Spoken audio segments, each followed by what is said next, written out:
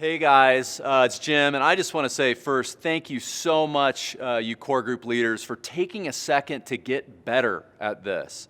All these modules that we are doing are for the purpose of you growing in your ability to care for the people in your groups. And if you grow in that ability, the people in your groups are going to grow, and they're going to grow closer to Christ. And so for you to take this time to do this really means a lot and is really important. So just first, thanks a ton. And we want to spend a few minutes now to really hopefully help you as you continue to lead your group. Thank you for that. So what we want to do is take a minute and just talk about how do we go about, what's the philosophy that we have for how people are going to grow and change in your core group. And I want to tell you first about just a story about a kid named Clark. So I used to be a youth pastor for years and did middle school ministry. And one of the kids I loved the most was this kid, Clark. And I mean, Clark was he was always at our youth stuff that we were doing, student ministry. He would come on our Wednesday night thing. He came on all the camps. He went on the mission trips, blah, blah, blah. He was there for everything. And it was so funny though, years down the road, I got a chance to hear Clark tell his story about when he decided that he actually wanted to follow Jesus. And it wasn't at any of those camps. It wasn't at any talk that he heard me give.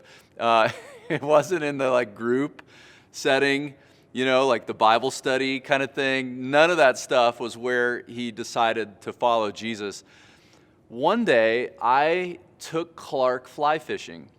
And he and I, it was I think it was a Friday during the summer. He and I went up. We fished together for probably an hour or two was all. And I taught him how to fish a little bit. And the thing was, I never once brought up anything about his faith or what he believed, or I didn't do any of that. And he said that day is what made him decide to follow Jesus, because in his words, as a college student or whenever he told the story, he said, I realized that day when you took me out and you actually didn't bring up anything about God, I thought, I wonder if Jim just likes me, just actually cares about me. And then his next thought was, maybe God just likes me too.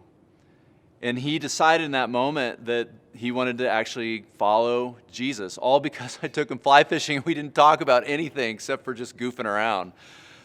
You guys, I tell that story because I think sometimes we can think that the way people are actually going to grow in their faith or maybe decide to have a faith is the information that we're going to give them.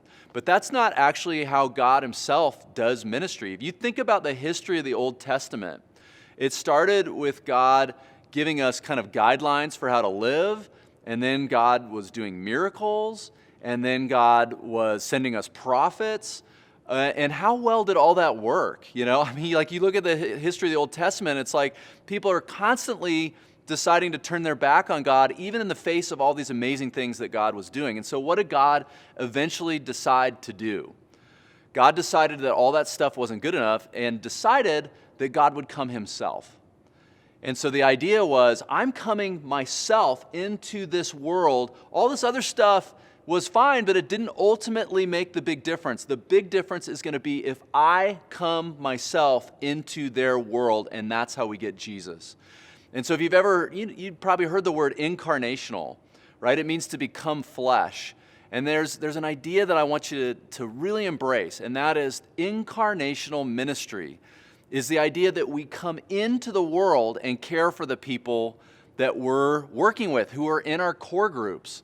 Guys, it could be, and here's what I'd love for you to get. It could be that the people in your groups will follow Jesus more than anything you say or do in the group, more because you call them and check in on them and ask them how you can pray for them.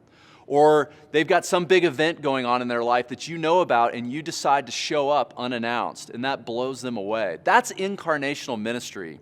So if you read John 1, it says, the Word, Jesus, became flesh and moved into the neighborhood, is one translation, and dwelt among us.